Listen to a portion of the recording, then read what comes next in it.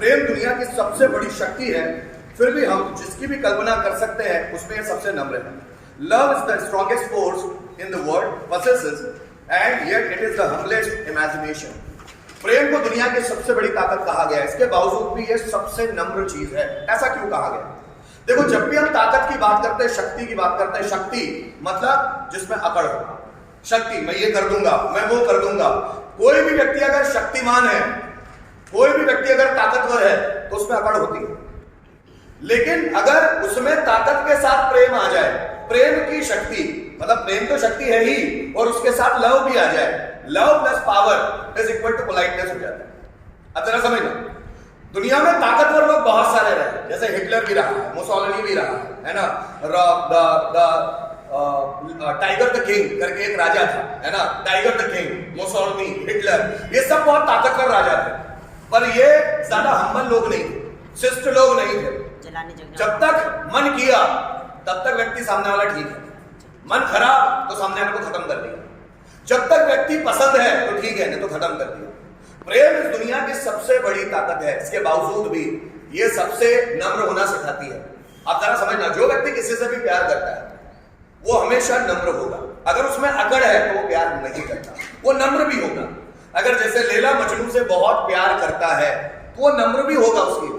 आज जैसे समाज में आप देखना, जितने भी लोग ये लव लेकर आए हैं, ये प्यार वगैरह करते हैं, तो इनमें प्यार तो है नहीं, अटैचमेंट ज्यादा है। अपने आप को दूसरे के ऊपर हावी करने का जज्बा, या दूसरे को अपने ऊपर अपने अंडर या कब्जे में करने का जज्बा, उसको बोलते हैं हम लोग अटैचमेंट। लव किसी पर कब्जा ही नहीं करता। जब आपको किसी से प्यार होगा तो आप उसको बंदिशों में नहीं रखते। जब आपको किसी से प्यार होगा तो आप उसको पूरी फ्रीडम देते हैं, और जब प्यार नहीं होता तो वहां फ्रीडम भी होती नहीं है। दुनिया में प्यार सबसे बड़ी ताकत है। जब आप अपने माँ बाप से प्यार करते हैं तो आप उनको फ्रीडम देंगे, ना कि उनको बांधेंगे। आप उनके लिए ज्यादा नम्र हो जाएंगे।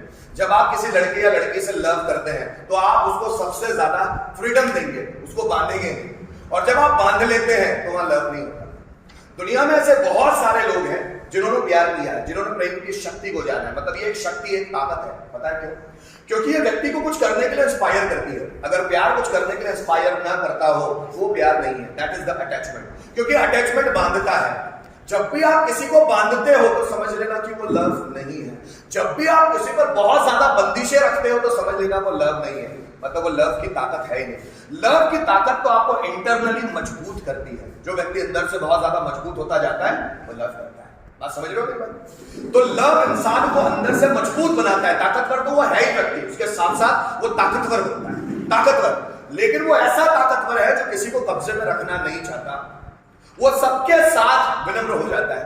जैसे छत्रपति शिवाजी महाराज, जैसे कृष्ण भी सबसे प्यार करते हैं। दुनिया में हर एक व्यक्ति है, हर एक व्यक्ति जो कृष्ण से प्यार करता है और कृष्ण उनसे प्यार करते हैं। जैसे राधा और कृष्ण का प्यार देखिए, राधा कृष्ण से बहुत प्यार करती है और कृष्ण राधा से बहुत प्यार करते हैं। उनमें प्रेम की शक्ति है, इतना पावर है कि वो एक दूसरे के बिना भी रह सकते हैं, इतना पावर है। लेकिन वो एक दूसरे को बांधते नहीं है, एक दूसरे को बांधने का उनमें जज्बा नहीं है।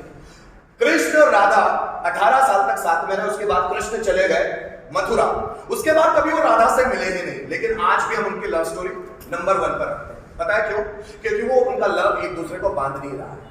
जब प्रेम ताकत बनता है तो वो दूर रखने के लिए भी प्रेरित कर देता है। कृष्ण कभी राधा से मिले ही नहीं और राधा से शादी करने की जरूरत कभी समझी ही नहीं, क्योंकि प्रेम ने इतनी ताकत दे दी है। जब प्रेम, मैं बोलता हूं, जब प्रेम ताकतवर बन जाता है तो उसको दूसरे व्यक्ति की जरूरत नहीं पड़ती। दूसरा व्यक्ति उसकी लाइफ में हो या ना हो, उसको उसकी जरूरत नहीं पड़ती, क्योंकि अंदर से व्यक्ति इतना पावरफुल हो गया है। पावरफुल होना मतलब समझ रहे हो, किसी और की जरूरत ना पड़ना। अगर प्रेम आपको कमजोर बनाता है, खोखला बनाता है, अगर आपको लगता है वो व्यक्ति आपके लिए बहुत ज्यादा जरूरी है, उसके बिना आप रह नहीं पाएंगे, तो आप कमजोर हो रहे हो। वो प्रेम नहीं है, दैट इज द अटैचमेंट। और अटैचमेंट हमेशा इंसान को खोखला बनाता है, कमजोर बनाता है, और प्यार हमेशा ताकतवर बनाता है। क्या मेरी बात समझ में आ रही है? yes, और जो भी प्यार किसी से करता है वो नम्र हो जाएगा। जैसे कृष्ण को राधा से चिढ़ नहीं है, राधा को कृष्ण से चिढ़ नहीं है।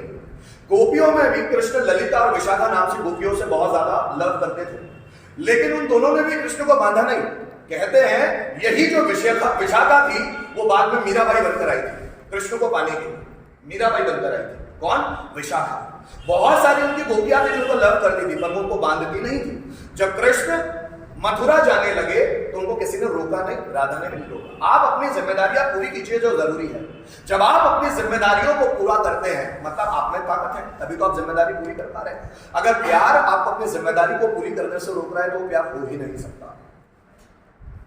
लोग पूछते भी हैं राधा से कि कृष्ण से तुम शादी क्यों नहीं करती अगर तुम उसको इतना ही चाहती हो। तो राधा कहती है कि शादी करने के लिए दो व्यक्तियों का होना जरूरी है, हम दोनों तो एक ही है।